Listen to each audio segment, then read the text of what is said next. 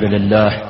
وصلى الله وسلم وبارك على نبينا محمد وعلى آله وصحبه أجمعين. النبي صلى الله عليه وسلم ní bá wọn bá wà kékèké ní ẹ ti tọ́ wọn síbi tẹ́ bá fẹ́. Ànábì ní murru awladakum bis salati li 7 sinin. Bá wọn bá ti di ọmọ ọdún méje ẹ máa pa wọ́n láṣẹ. Before ọdún méje náà ẹ lè máa encourage wọn o. Àmọ́ bá ti di ọmọ ọdún méje ó di kíni murru ẹ pàṣẹ fún wọn ní pé lọ́kírun kọ́dà ìtí ọba wá fẹ́ gbà tó bá ti ń pọmọ ọdún mẹ́wàá Ànábì ní ẹlù ẹjọ́ mọ̀ pé èyàn máa jí àbí ọba kírun ẹmọ́jọ jẹ́ pà assignment nìkan lẹ́mọ̀ nà wọ́n fún òsìsà assignment rẹ̀ homework akhira work náà ń bẹ́ o òdòdó ìta wàhálà tí ó gbó wá kóra wa sí láyé nù bí ìyá ní ń lọ léèwé ní bọ́mọ ní ẹ̀ ní mọ́ wàhálà wọ́n kò bá bàbá mi náà wọ́n jọ sàsáímẹ́ntì ní wọ́n jọ ṣe homework ní èyí ní ó dìjà àmọ́ wọ́n kírun wọ́n má lù aláṣẹ wọ́n mọ̀ kán ṣe ẹlòmí ọ̀tẹ́ mà ọ̀tẹ́ kàn wọ́n sì ń pé Rabbana atina fid dunya hasana wa fil akhirati wọ́n náà ń sàmí àdúà tí ẹ kọ́hùn àdúà tí ẹ ní yaquluna Rabbana atina fid dunya wa ma lahum fil akhirati min khalaq aya méjèèjì ń bẹ nínú suratul Baqarah Olúwa láwọn kan bẹ ń tọ́kan àwọn ni pé Rabbana atina fid dunya hasana ayé iná ni wa ma lahum fil akhirati min khalaq wọ́n jẹ́ ní nǹkankan gbà lálìkìyàmá wọn náà jẹ́ wá Olúwa ní àmá o ẹni ọba gbọ́n o tó nílà káyò àdúà ti mùsùlùmí ni Rabbana atina fid dunya hasanatan wa fil akhirati hasanatan wa qina adhaban nar ma work towards ẹ̀bẹ́ pé ayé o alkiyama Ọlọ́run rahimun bina aláàánú lọ́lọ́run pẹ̀lú wa kò ní ọmọ wáyé ìsìláàmù ìsẹ́sìn pé ma dọ̀tí ma wáyé ma àmá má jẹ́ kí n tí ó tán má jẹ́ ó ṣe kíní má jẹ́ ọba tí ò ní tán jẹ́ kí ní ó tán òun láyé kí ní ọmọ wà gbére òun lọ́run ẹ̀bá ti wá torí ìgbádùn òbí tí ó tán tí ó kí àbí torí ọgbọ̀tọ́lọ́n bá rí kó jùun sí lálìkìyàmá torí kó sófò ní Kùránì fi máa ní humul khasirun àwọn ni wọ́n kówó lọ́jà tí ó pé ọjà tí ó pé ní kíyàn ọta alkiyama kó fi ségíní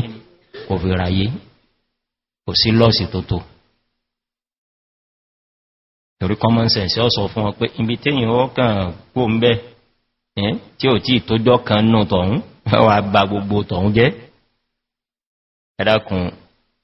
in every respect tá bá fi ń gbé ọlá fún ayé gbàlìkìyàmà lọ ẹ jẹ́ kó wọ́ chẹ́kì ààrẹ ìjá chẹ́kì ara wa ọ̀rọ̀ tàwọn ọmọ lásọ yìí ọ̀pọ̀lọpọ̀ kí a máa bóòlàlìkìyàmà àwọn ọmọ yìí àfàyé ayé iná ni ara instances tẹ́ẹ̀fì mọ̀ ní pé kọ́dà àwọn èbó tí wọ́n kọ́ wa àwọn èsè bẹ́ẹ̀ nígbàmọ́ bá lọ léèwé láti Monday di Jímọ̀ àbí tọ́gá kan tún wá ní lẹ́sìn nìkan bẹ̀ ń Sátidé ọ̀kan tún ní bẹ̀ ń Sunday mẹ́bá tún wá lọ lídé wọ́n tún ti kí ní tún pè jínú ọlídé sọ́mà ìwọ́n náà ti ní ayé nìkan ni kò sí lè kéwú kò sí ẹ̀sìn kankan má ní ṣe ń bọ́ díẹ̀ àjúlẹ̀ kọ́dá àwọn ìbò tí a lẹ́yìn àwọn ni wọ́n níwé àwọn èé kàwé kíwé táwà ń kàun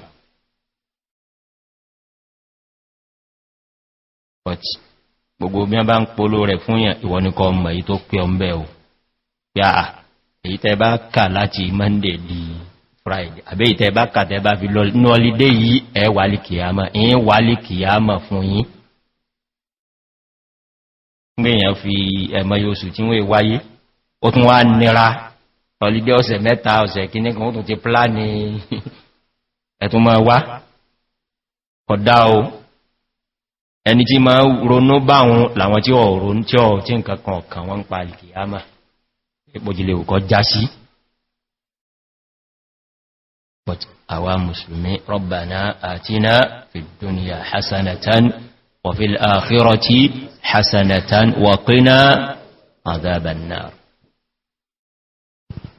a sì wulẹ̀ ń tanra wa náà ni a lè gbọ́n jọlọ́n lọ àti ẹ̀ lè gbọ́n tọ́lọ́n. àìmójútó balance tó ló wá gbé ayé lé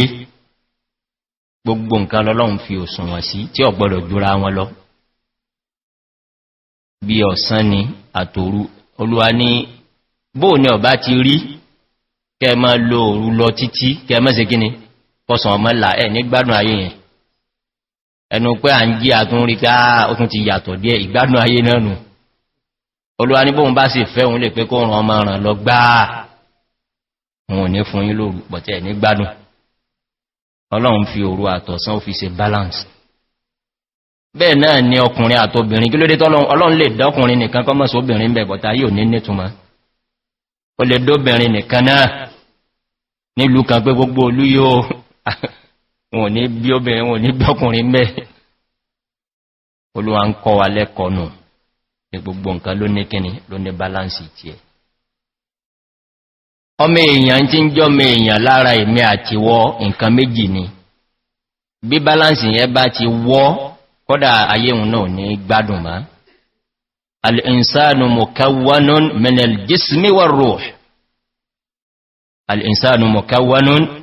min al-jismi war-ruh. In tí ń jọ ma nábi Adama nǹkan méjì ni body àtẹ̀mí. Ìjọ tí ó bá ti ṣe pé ara nìkan ló kù tí èyàn ń tọ́jú tí ó tọ́jú kíní tí ó tọ́jú ẹ̀mí kò ní padà gbádùn ara òun náà. Òun ní ń ṣẹlẹ̀ materialism àkùnlá ọ̀rọ̀ rúhù ọ̀rọ̀ ẹ̀mí ọ̀rọ̀ ẹ̀sìn ọ̀rọ̀ alkiyama. Nàtíjà ara nàtíjà tá kọrí láyé ń bí ìkọ́tẹ̀ tó díyà tàlkiyama ni pé ayé tí a wá léléléhùn náà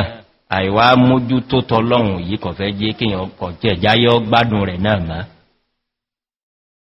Ẹ̀bá wọlé táwọn tọba ti lówó dé àbọ́ láṣì kíkan ẹ̀wọ̀n lẹ́rò pé wọ́n ń gbé ọkọ̀ lé tí ó ga tí ọ̀húngún olé ibi táwọn èèyàn ti ń gbádùn bí lọ ní àkódó ń ta ń bí gbé àìmínà tí ẹ̀fẹ́ gbatẹ́gùn kọmọ̀rì ti páwọn kan wà á. Torí pé gbogbo àwọn ọmọ tí ó wà pé bàbá ọyẹ́ ẹ̀fọ́ àwọn èyí ọyẹ́ ti fi tọ́lọ́ kọ́ wọn láti kéèké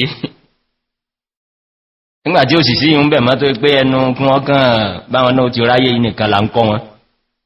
automatically nàtíjà rẹ̀ náà nù àwọn ọmọ yìí náà wọn ò ní kù ńlá nǹkankan bọ́sẹ̀gbẹ́ bàbá wọn bọ́sẹ̀gbẹ́ ìyá wọn wọ́n náà bá sí wọ́n ṣe tí wọ́n ṣe kọ́tẹ̀ tó kan tàlìkìyámà nù tàbá ti gbàgbé balance ìtọ́lọ́un pé Ọlọ́run ní mi mo ṣètò ayé bí ọ̀kan bá ti lè pọ̀jù ọ̀kan lọ kò sí gbádùn. Torí náà kákẹ́kọ̀ọ́ lára annabi Ibrahim alayhisalam ahidina ila Ibrahim wa Ismail gbogbo bí tẹ́yìn bá wà pé alhamdulillah ibi ọ̀dá mọ́ wà yìí tẹ́yìn ó tètè mójú àwọn ọmọ rẹ̀ náà ó mójú wọn lérò ojú ọ̀nà bẹ́ẹ̀ ọ̀dá kí làdéhùn tó lúwa ní agbé pẹ̀lú annabi Ibrahim àti Ismail an tahhira baytiya lit-ta'ifin. Ààrẹ rí táwọn àlfáà ma fi pé mọ́sálásí ilé Ọlọ́run ló ní èyàn ní máa wọn lólúwa ní bayti ilé mi Ọlọ́run ò ní gbénú ẹ̀ àbí but wọ́n ní tí ń fún wa gbọ́yé ń bẹ̀rún náà ní pé ìwọ kò ní máa èmi ni mo ṣe kíní èmi Ọlọ́run mo ní ma wá rí tí ń fi san lẹ́san bọ̀ bá ti kọ mọ́sálásí àbófilẹ̀ mọ́sálásí kalẹ̀